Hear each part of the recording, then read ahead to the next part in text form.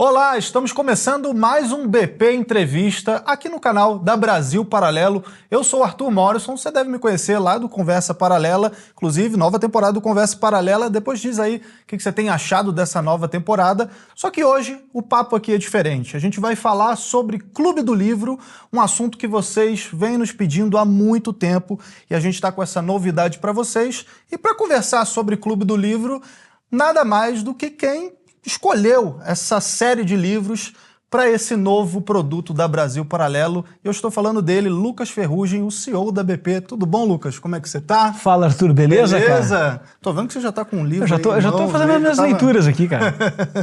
E, Lucas, pra gente já começar esse papo, já falando com o pessoal de casa, esse novo produto da BP, a Brasil Paralelo ela é muito reconhecida pelos documentários, pelas séries, pelos nossos filmes. E pela primeira vez, né, em 10 anos de história, quase 10 anos de BP, a gente está vindo com um produto novo, um produto físico, algo que a gente nunca fez. Por que um Clube do Livro agora? E por que levamos quase 10 anos para fazer esse produto? Qual é a nossa visão? Em grande medida, nós nos especializamos ao longo desses 10 anos em curadoria de conteúdo e informação. Então, a despeito de ser um documentário, um filme, uma aula, um curso, o que a Brasil Paralelo é reconhecida pelos seus clientes e por quem gosta da BP como fazer de melhor é curadoria. Então, a gente busca quem são as pessoas que sabem apresentar algum ponto relevante para determinado tema e a gente produz aquilo com um certo carinho e embalagem bastante afetuosa e entrega isso para as pessoas, né? Faz essa campanha para divulgar essas mensagens e tal. Então eu vejo o Brasil Paralelo como uma grande democratizadora de acesso a conhecimento ao longo desses 10 anos, transformando muitas vezes conteúdos que estariam mais difíceis na boca de especialistas e professores e tudo mais, em conteúdo mais fácil de consumir, né? Seja pelo formato do documentário, seja pelo jeito que a gente transmite e tudo mais. E também trazendo livros que normalmente estão presos só em círculos acadêmicos para a casa das pessoas. Então muitos dos nossos documentários, todos eles praticamente, usam de densa bibliografia, então o conteúdo já está lá de alguma forma, né? Nosso objetivo é entregar conteúdo.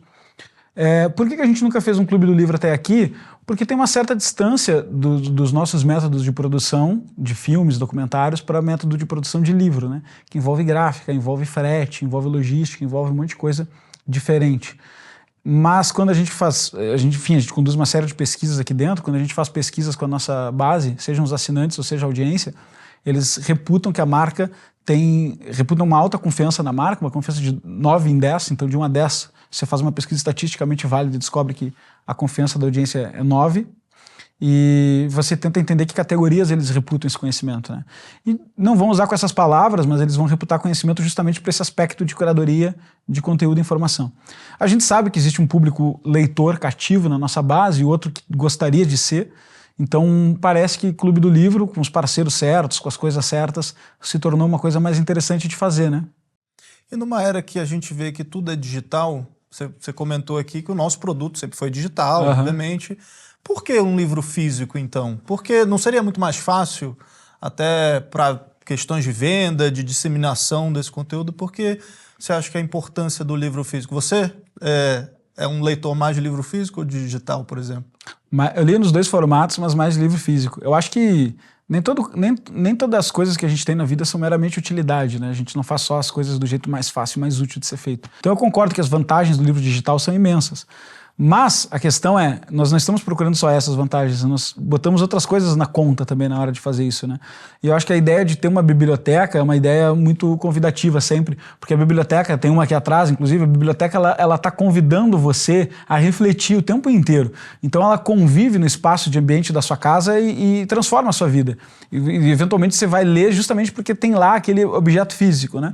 Então, por exemplo, é comprovado nas pesquisas do PISA que crianças que têm biblioteca em casa performam melhor no teste de verificação de conhecimento quando fazem isso. Então, quantos livros tem nessa casa? Eles fazem essa pergunta lá. Ela tem as figurinhas com vários níveis até que um que chega a uma estante bem cheia e tal. As crianças que marcam isso, elas vivem um ambiente melhor e, portanto, também performam melhor nos testes. Tem um viés ali já de que estilo de vida é valorizado dentro daquela família e, portanto, se traduz em resultado. E a estante está sempre convidando você a a ler algum livro que você não leu. Então os livros também são um convite, não só para você guardar o que você leu, mas para você ter itens que não foram lidos ainda e que podem te apresentar uma nova porta de conhecimento, né? Além disso... Essa herança familiar, né?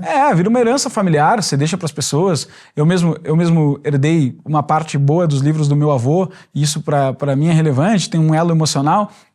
E eu acho que também tem um prazer físico ali Tem muita gente que gosta dos atributos do livro que transcendem, assim, digamos, a mera utilidade do conhecimento, né? A estética, o design, o cheiro das páginas, o ritual da leitura, né? Acho que a gente perde muitos rituais, cada vez mais, né? Com rede social, com isso, com aquilo.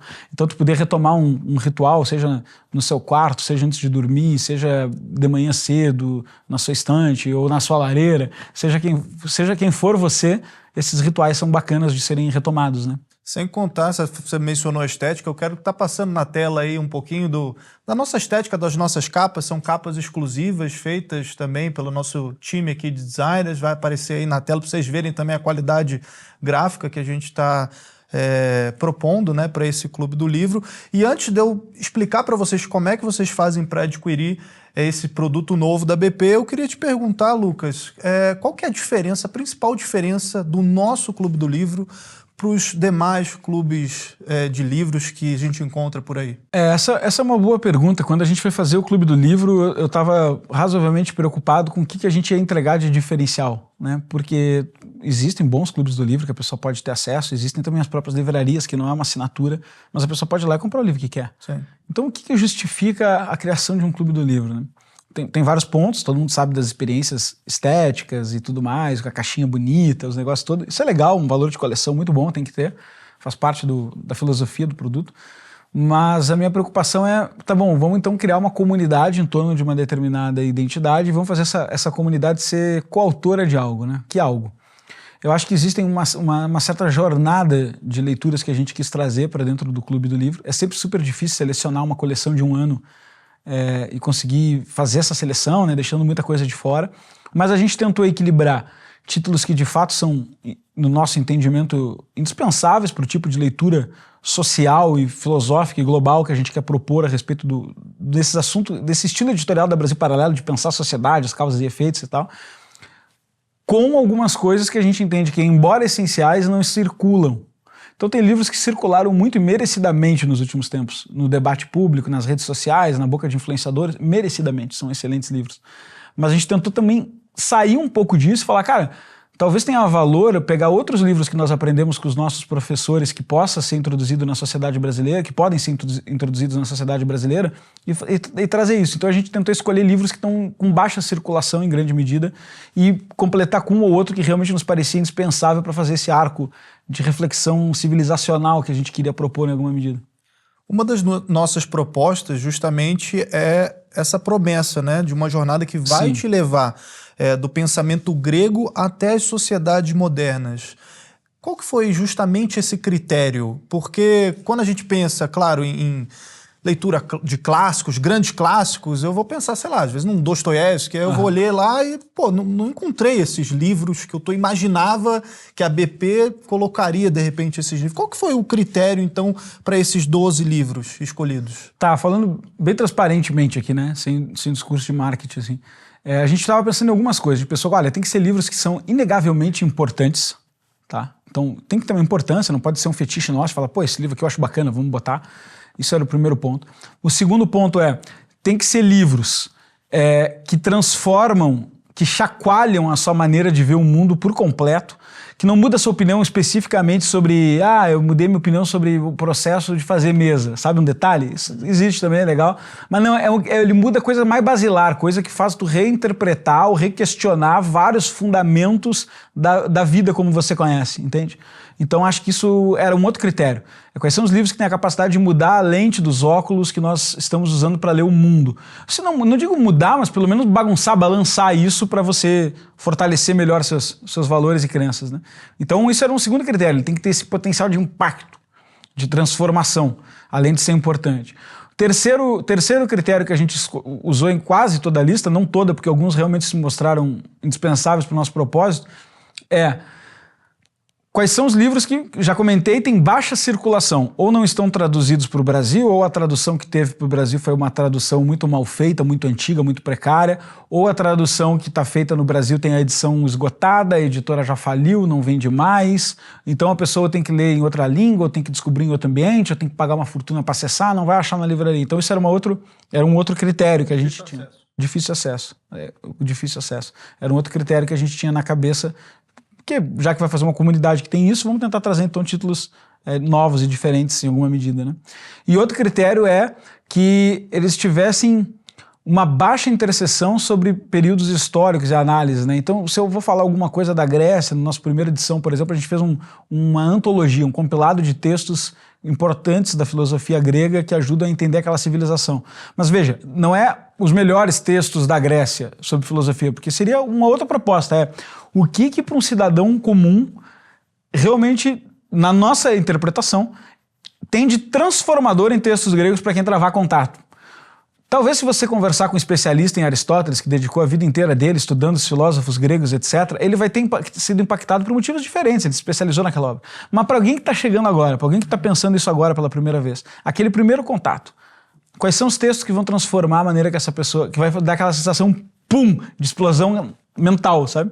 Então eu fiz isso na Grécia na primeira edição, a segunda edição, o segundo volume, ele já não pode ser sobre a Grécia, porque são poucos volumes, então tem que criar um critério de corte. A gente foi progredindo na história da civilização até chegar o mais contemporâneo possível que nos pareceu relevante, né? Que é os próprios movimentos totalitários do século XX. Então a gente tentou fazer esse arco completo para ter uma jornada de textos pouco conhecidos, muito importante, que chacoalham essa visão de mundo e não estão publicados e divulgados. Isso nos parecia uma coisa muito legal de fazer enquanto proposta educacional do clube, né? Maravilha, Lucas. E falando ainda desses livros, justamente desses livros de difícil acesso, tem um livro aqui que me chamou a atenção, eu estou vendo ele aparecer em alguns anúncios, algumas peças que a gente está fazendo, e eu mesmo nunca tinha ouvido falar sobre esse livro.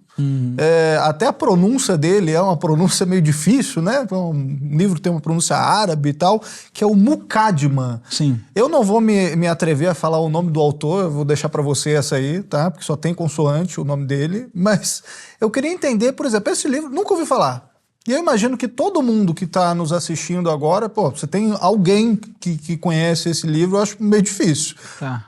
Por que essa pessoa que está nos assistindo deveria ler esse livro e por que esse livro ele é tão importante para estar dentro dessa criteriosa coleção de 12 volumes? Qual que é o diferencial dele? Excelente. Vamos lá. Esse é um livro que eu não conheci porque eu me desbravei nos textos árabes, né? não leio árabe, não estudo árabe e tal. Então não foi por esse caminho. Não foi por causa do From the River to the Sea? Não foi. Não foi pela minha conversão árabe, nada do tipo. Não foi por aí que eu descobri já com outros professores citando a importância dele, né? E por que esse livro é importante? Bom, primeiro para fugir um pouco, mas para sair um pouco do eixo de interpretação exclusivamente ocidental, que nos é muito confortável, porque a gente está aqui dentro. Então a gente fala mais ou menos a nossa própria língua, vamos dizer assim, mais do que só linguagem, né? A gente fala do mesmo mundo. Esse é um livro de 1300 que desloca para os árabes. E ele era um juiz árabe, o cara que escreveu isso aí, Ibn Haldun. Ele era um juiz árabe que escreveu isso aí. E esse livro se tornou um clássico. Ele desempenha para a cultura árabe um papel e uma importância gigantesca, da mesma forma que Platão definiu ciclos de governo na Grécia e defendeu aquela visão de mundo, que participou do debate da definição da democracia, participou do debate da definição das instituições, da definição das virtudes políticas, influenciou Maquiavel a fazer respostas, a endossar outros pontos, influenciou uma série de governantes ao longo da história e tal. Ibn Haldun fez a mesma coisa. Uma análise de interpretação de que são as sociedades, como que elas aparecem, como que elas amadurecem, como que elas morrem e como a gente identifica esses ciclos dentro dela, partindo da visão de quem está vendo isso acontecer. Então, enfim, toda a cultura árabe ela é muito forte, principalmente para o Ocidente, né? Eles preservaram textos gregos, eles beberam dessa fonte, eles contribuíram com matemática, contribuíram com idioma, contribuíram com ciência, contribuíram com muita coisa importante, principalmente em torno dessa época. E eu entendo que esse livro é uma das contribuições que poderiam estar circulando mais fortemente no Ocidente. E esse meu entendimento, de novo, não é inédito meu, é acompanhado por vários professores e pessoas que eu respeito muito, que fizeram esse trabalho ao longo da vida. E eu acho que soa no mínimo divertido, embora desafiador, porque é um livro longo, complexo e tal, mas eu acho que soa no mínimo divertido trazer um tesouro da cultura árabe, respeitada pelo cânone da academia ocidental também, para dentro da casa das pessoas. Me soa inusitado, assim. Cara, bem interessante, assim, ele é um livro que, de fato, quando tomei conhecimento, eu falei, cara, nunca tinha ouvido falar, mas eu achei interessante, de fato, essa proposta de a gente fugir um pouco do tradicional, né?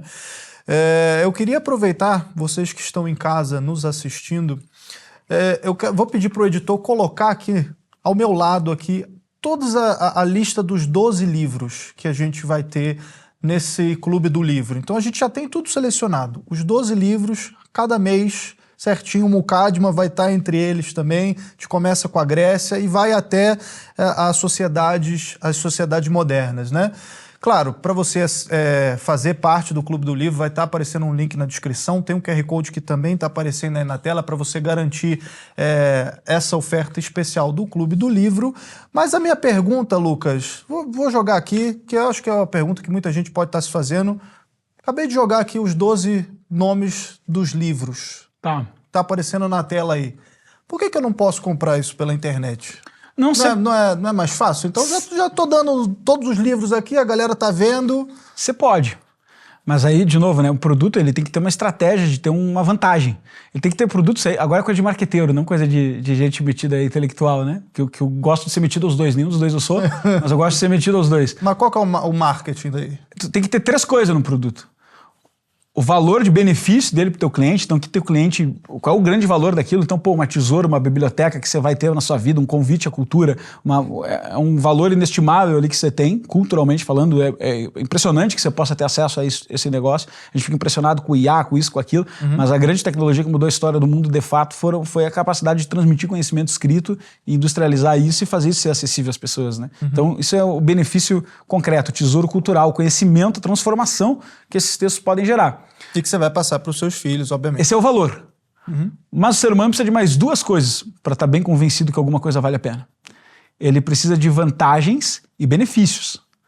Benefício é, por exemplo, eu vou receber na minha casa, eu vou ter um prefácio exclusivo, então todos os livros aqui têm professores convidados para fazer o prefácio. Então, ele é um professor que conhece a obra, conhece o autor, vai fazer um prefácio. A gente trouxe um professor árabe para fazer o prefácio do Muqaddimah, por exemplo. Então, a gente traz esses professores que já fazem um prefácio que é como as chaves do castelo. O que você precisa compreender para entrar nessa jornada de conhecimento aqui. Isso é um benefício. O Macatexto, um benefício. A gente criou uma plataforma com aulas dos livros. Então a gente vai ter aulas dos livros, uma plataforma exclusiva, vai ter versão e-book, vai ter versão audiobook dos livros, para você poder ter também. Então isso são benefícios, são coisas que eu vou adicionando e que você vai vendo vários benefícios, além daquele valor inicial que você percebeu. Por isso que a gente faz tudo isso. E tem que ter vantagem. Tá, legal, mas o que eu tenho de vantagem disso em relação aos outros? Aí, por exemplo, em relação a comprar na Amazon, comprar na internet, comprar na livraria. Também chega na sua casa. Também chega na sua casa. Você perde vários desses benefícios que a gente citou, tá bem, mas talvez o cliente ainda não se convença. Mas tem um outro ponto que vai se convencer, se ele realmente quiser aquela essência, né? Aquele valor. O que ele vai se convencer? Quando ele começar a olhar o preço dos livros. Porque o preço desses livros, a maioria deles, é muito mais caro. Se você for a 4, 5 livros ali, você já paga mais de 1 ano de assinatura. Porque eles, e de novo, eles não têm edição em circulação, a maioria deles não tem uma edição em circulação competente e que está de pé. Então você vai comprar de segunda mão, você vai comprar um livro usado, você vai comprar ele muito caro. 400, 500, 800 reais, às vezes R$1.000. Tem livro nosso ali que está R$1.000 quando a pessoa for procurar na Amazon. Bom, o pessoal pode fazer o dever aí de... Que é praticamente o valor do... Que é o valor de toda a assinatura e tal. Então, tem uma vantagem de preço já. Então tá legal, é um bom negócio. Além de ter todos aqueles benefícios, é um bom negócio. Mas tem outras questões. Muitos deles não têm tradução nessas edições que você está disponível para comprar. Não está traduzido para o português. Então você vai ter que lê-los em inglês, em espanhol, em francês, em outros idiomas, né? Então você vai ter que ler em outro idioma. Além de pagar mais caro... Além de pagar mais caro, vai ter que esperar meses de frete, importação. Às vezes o governo... Já aconteceu comigo do governo travar outros livros lá, porque tu importou e tal, não sei o que tem que fazer, porque eu não fui buscar. Mas fiquei com preguiça, era longe.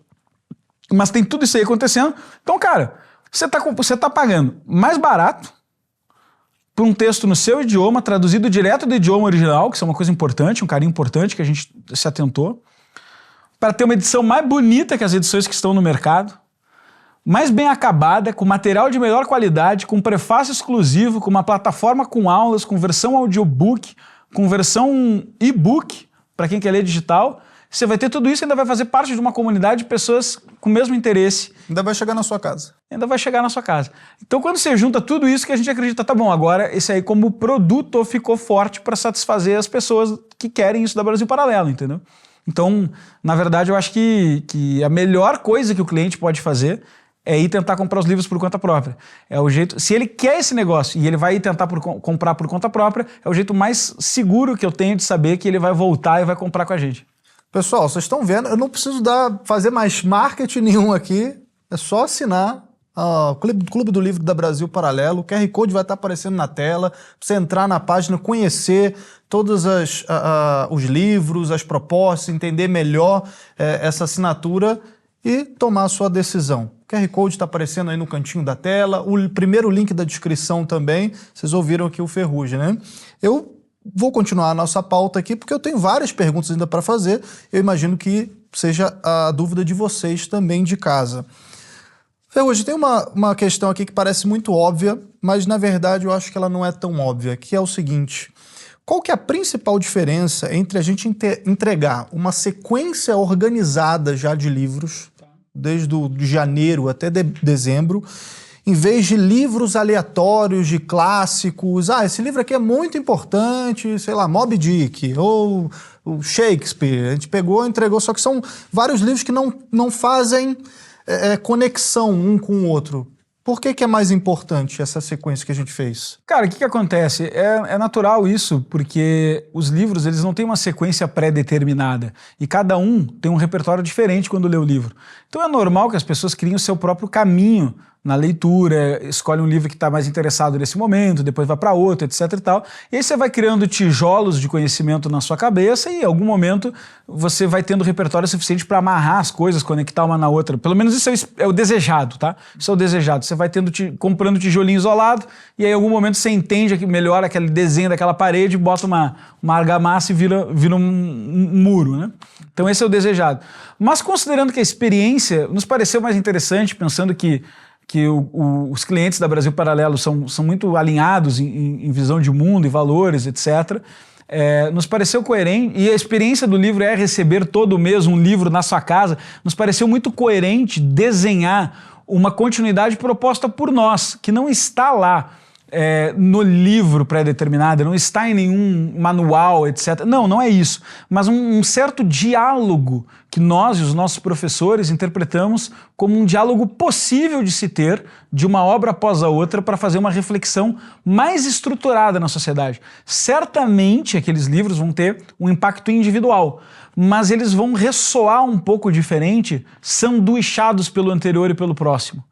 E isso a gente quer fazer através quer complementar essa experiência através das aulas e dos prefácios e tal, para a pessoa entender. E que experiência diferente é essa?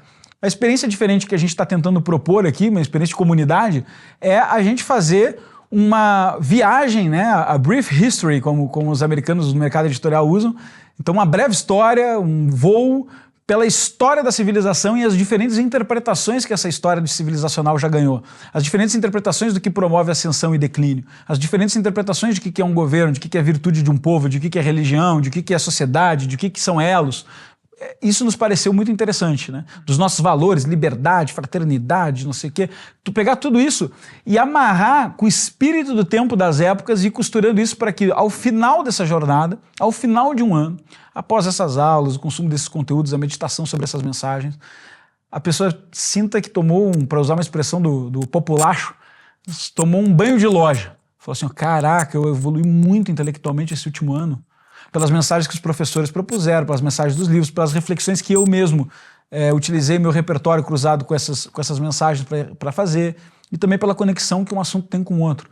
Então é muito raro a gente ter livros tão diferentes que dentro de uma proposta educacional conversam num amarrado de um ano inteiro.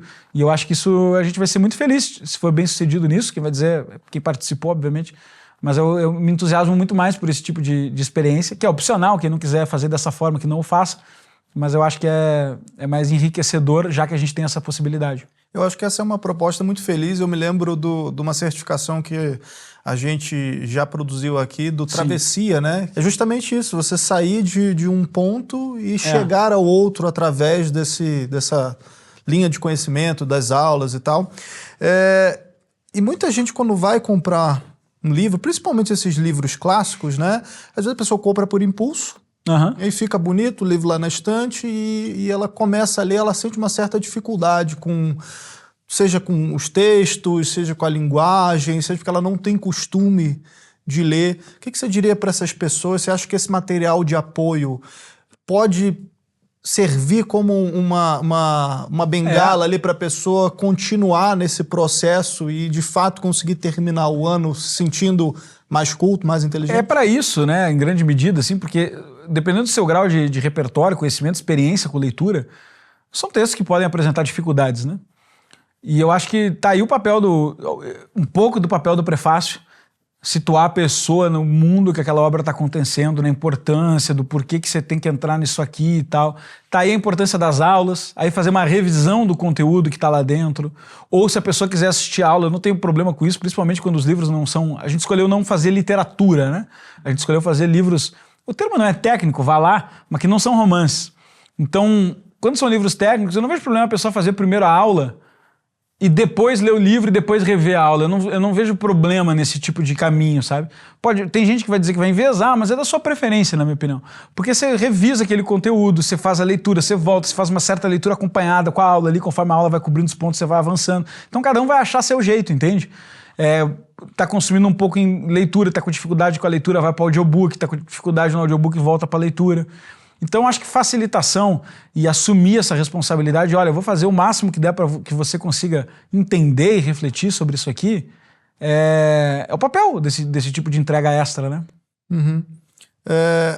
A gente está num ambiente muito polarizado na internet, principalmente agora em ano eleitoral. A gente vê um circo de opiniões e debates no debate público, né, Ferrugem? E uma pergunta que eu queria te fazer é se, ao ler esses autores, no decorrer também desses meses, do ano, eu consigo formar um pensamento crítico melhor, eu consigo entender um pouco mais sobre essa estrutura da civilização ao longo dessas eras todas e talvez me preparar melhor para esse ambiente digital, polarizado, político. Eu acho que a primeira coisa que a cultura traz é uma certa paz de espírito mesmo na tormenta. Então, a gente está sempre afogado pelas urgências, né? Não raro as urgências não são as coisas mais importantes. E tudo é produzido de uma certa forma para ser barulhento e a gente não tem como fugir disso, então não é uma super crítica, né? Mas tudo é estruturado para ser barulhento, para ser urgente, para ativar o seu clique, para ativar o seu consumo, para ativar... É normal isso, tá? Assim, é o mundo que a gente vive, goste ou não.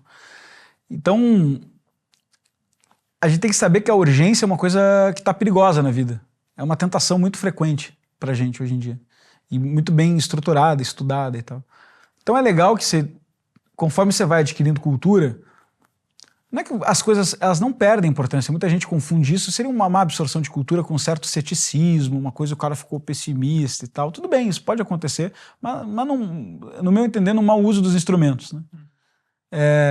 O ideal mesmo é que a pessoa fique um pouco mais centrada em relação a que cada coisa representa em que momento. E algumas coisas são de fato graves, outras nem tanto. Outras são graves, mas estão acontecendo pela milésima vez. Outras coisas parecem graves, mas são muito menos graves do que outras coisas que você está conseguindo reconhecer, mas não está sendo tão midiático, vamos dizer. Então acho que a cultura dá esse poder de em alguma medida, centrar o indivíduo no centro da discussão e não para onde ele é empurrado. Frequentemente nós estamos num ponto de discussão que não é o centro da discussão. Então acho que a cultura tem esse papel bastante engrandecedor, assim, que depois tu aplica isso como tu bem entenderes, né? Não tem só um lugar, não é só para estar preparado para uma determinada missão, não é prescritivo dessa forma, mas tem essa força de te deixar atento ao ambiente, à sua volta, mas não totalmente refém, sabe? E para a gente encerrar, para quem diz que não tem tempo de ler nenhum livro por mês, né? Porque a gente sabe que o brasileiro, a média também de leitura é 2 livros por ano, a gente entende e sabe dessa dificuldade, né? A gente vive numa sociedade que está imersa em rede social, TikTok, essas coisas todas, e é difícil às vezes você parar de fato por causa dos estímulos, ler e sentar para ler um livro, mas muitas pessoas estão querendo mudar também esse hábito, estão querendo dar essa oportunidade para uma leitura e não sabe às vezes direito como começar. Para quem fala que não tem esse tempo, que tem uma rotina muito corrida, a forma como a gente estruturou esse clube, como ele foi desenhado, cabe numa rotina de uma vida corrida? Entendo que sim, né? Primeiro eu convidaria a pessoa a testar se 15, 20 minutos ali na sua rotina realmente vão ter todo esse estrago que você espera, ou se pelo contrário vão até melhorar o jeito que se desempenha. Eu sou do time dos entusiastas, o time que acha que nem que seja 15 minutinhos, isso aí melhora o resto da sua vida. Torna até possível que você use melhor aquele tempo que você pode usar. Então esse é o meu primeiro convite. Mas cara, não se sentindo tentado a seguir esse meu convite, eu acho que eu sou a favor da liberdade completa de como que o usuário usa aquilo, né? Então eu acho que existem alguns pontos aqui. Primeiro, se ele quer consumir só o audiobook, paciência. Eventualmente ele consome o audiobook e depois aquele livro convida ele em uma outra situação para revisitar, nem que seja um capítulo, uma página, apenas o prefácio. Tudo bem, não é o uso mais completo, mas eu acho que está anos-luz de distância, de benefícios, do que o não uso, o não contato. Então acho que a liberdade de como consumir, faço a aula, escuta a aula no carro, indo para o trabalho. Você escolhe como você quiser e se você se sentir mais convidado, você progride. Eu faço isso com muita coisa na vida e acho que todo mundo, né? Não tem ninguém que... Eu não conheci ninguém, nem os maiores intelectuais que eu conheci gente assim, não, eu tenho que agora ler esses 3 livros aqui, eu vou ler todos da estante. Não é bem assim que funcionava dentro do que eu lembro a vida deles. Alguns eram bem organizados, mas nunca dessa forma. Então acho que tem que ter uma certa liberdade de uso, se você enxerga valor nisso, né? O segundo ponto que eu entendo é, se você enxerga valor nisso, se você não enxerga valor, fala assim, dane-se esse negócio, essa aquisição cultural, essa lista é um lixo, eu não odeio o livro e tal. Não é para você o produto, fica aí, assiste documentário, sei lá. Mas se você acha que isso é um produto que conversa com quem você aí bom, também lembro que nós não somos uma editora, então nós não vamos manter esses livros em circulação. Talvez um dia a gente abra uma editora, mas não é a realidade atual. Então o que eu me refiro com isso? Nós vamos fazer vou chamar de turma, safra, sei lá, a gente vai fazer essas vendas do Clube do Livro e a gente vai parar de comercializar o Clube do Livro, ninguém mais vai poder entrar depois. Por que razão? Porque como não é do nosso DNA gerir um Clube do Livro, a gente não pretende geri-lo permitindo que novos clientes entrem a todo momento. A gente quer contribuir com essa coleção nesse momento e fazer, sei lá, X mil pessoas entrarem e essas X mil pessoas a gente vai pegar e vai provisionar com a gráfica, que todos os nossos trabalhos e tudo mais, temos que imprimir tantos de cada livro, sabe? Isso é importante ficar claro, porque às vezes o pessoal acha que vai estar aberto para sempre e a gente vai continuar, sei lá, o cara mês que vem, daqui a 2 meses, posso comprar aquele determinado livro, é um pacote só, são os 12 livros. E isso é bom para a gente, porque de um lado orienta o cliente, que ele tem que tomar a decisão se ele quer fazer parte disso ou não, isso pra gente é melhor, porque encurta o período de venda, como empresa é mais saudável, mas de outro lado também, permite que a gente torne isso possível, né? No sentido de, cara, olha só, são, sei lá, 10 mil, 100 mil, não interessa, são 100 mil livros por mês, cada mês vai imprimir esse livro aqui, manda pra casa do cara e tá resolvido, assim, deixa mais estável a coisa do ponto de vista de N questões, uma vez que esse não é a nossa atividade principal, né? Lembrando, nossa atividade principal é curadoria de conteúdo, a gente está fazendo um Clube do Livro que a gente acha muito interessante, acha que pode interessar os clientes, a gente fez tudo isso que a gente comunicou agora, mas precisamos ter algumas balizas, considerando que essa não é a nossa atividade principal. Então esses livros não vão ter circulação. O que eu quero dizer com isso talvez você não tenha a oportunidade, depois que essa oportunidade se fechar, você vai voltar à posição anterior, que é para comprar esses livros, ou tem que esperar alguma editora fazer a edição deles, ou tem que comprá-los muito mais caros e, por vezes, em outros idiomas. Lembrando que as traduções somos nós que estamos fazendo, sim, né? Essa curadoria. Sim, direto do texto original, né? Então, numa edição menos bonita, com menos apoio e aparato, menos fortuna crítica para ajudar você no caminhar da absorção desse conteúdo, então me parecem motivos razoáveis para quem vê valor. De novo, se o cara não vê valor, paciência. Sim. Obrigado por nos acompanhar e tal, muito bem-vindo, normal, não vê valor. Mas se vê valor, eu acho que é uma oportunidade muito adequada. Assim, se vê valor, se acha financeiramente ok, acho que é muito bem-vindo. Então, pessoal de casa, se você vê valor, assim como o Lucas Ferrugem está comentando aqui, e quer fazer parte dessa turma, né, que a gente está chamando, essa primeira turma do Clube do Livro, eu convido você a assinar o Clube do Livro da Brasil Paralelo, clicando no primeiro link da descrição ou no QR Code que está aparecendo aí na tela. Queria agradecer a tua disponibilidade aqui, Lucas, por você conversar com a gente, falar com o público. Muito obrigado. Muito obrigado. Você tem uma última palavra para o pessoal de casa, sua câmera é essa aí, fica à vontade. Pessoal, como vocês já sabem, a missão da Brasil Paralelo é resgatar os bons valores, ideias e sentimentos no coração de todos os brasileiros. Então a gente se especializou nesses 10 anos de representar o nosso público sendo uma ponte entre aquelas ideias que pareciam fazer todo sentido, que mais pessoas conhecessem, e vocês. E a gente botou toda a tecnologia no meio do caminho, seja para distribuir, seja de câmera, de vídeo, edição, fazer documentário, fazer filme. Essa foi a nossa especialidade. Nós viramos curadoria de um lado, marqueteiros de outro. A gente sempre fez isso com muito amor. Então, nesse momento, me parece mais do que óbvio que o Clube do Livro também faz parte desse ecossistema da Brasil Paralelo, de falar, vamos fazer uma curadoria de uma lista de livros que nos parecem importantes, tentar desenhar uma experiência agradável, tentar botar o máximo de aparato crítico e fortuna crítica para a pessoa não se sentir sozinha, deixa a Brasil Paralelo participar um pouco da responsabilidade de permitir que você entenda isso e que tenha impacto na sua vida, a transformação desse conteúdo. E aí, com aulas, prefácios exclusivos, comunidade, aplicativo, audiolivro, e-book e o livro em si, bonitão na sua estante, uma herança para toda a sua vida, vamos junto fazer essa ponte de novo numa experiência facilitada, com o nosso padrão de qualidade, com os nossos valores que você já conhece. E lembro que de quebra, como acontece com todas as empresas, mas aqui eu gosto de deixar isso claro, toda vez que você compra da Brasil Paralelo, você está dando um voto financeiro para o tipo de empresa que você quer ver prosperar, progredir, fazer mais produtos, mais anúncios, mais conteúdo. Então, se essa proposta é para você e sente que tem valor, lembre-se, nós não vamos estendê-la para sempre, porque nós não podemos ficar recebendo novos clientes do Clube do Livro e tendo que mudar a programação com a gráfica, gerenciar estoque, etc. Essa não é a nossa natureza, nós não somos uma editora. Então nós precisamos ter o conjunto de clientes que vão fazer parte dessa iniciativa e providenciar. Vai ser a sua única oportunidade de ter a nossa versão desses livros com todos esses recursos que eu estou mencionando. Se faz sentido para você, vai ser uma alegria vê-lo na comunidade do Clube do Livro da Brasil Paralelo. Muito obrigado, contamos com você e até breve.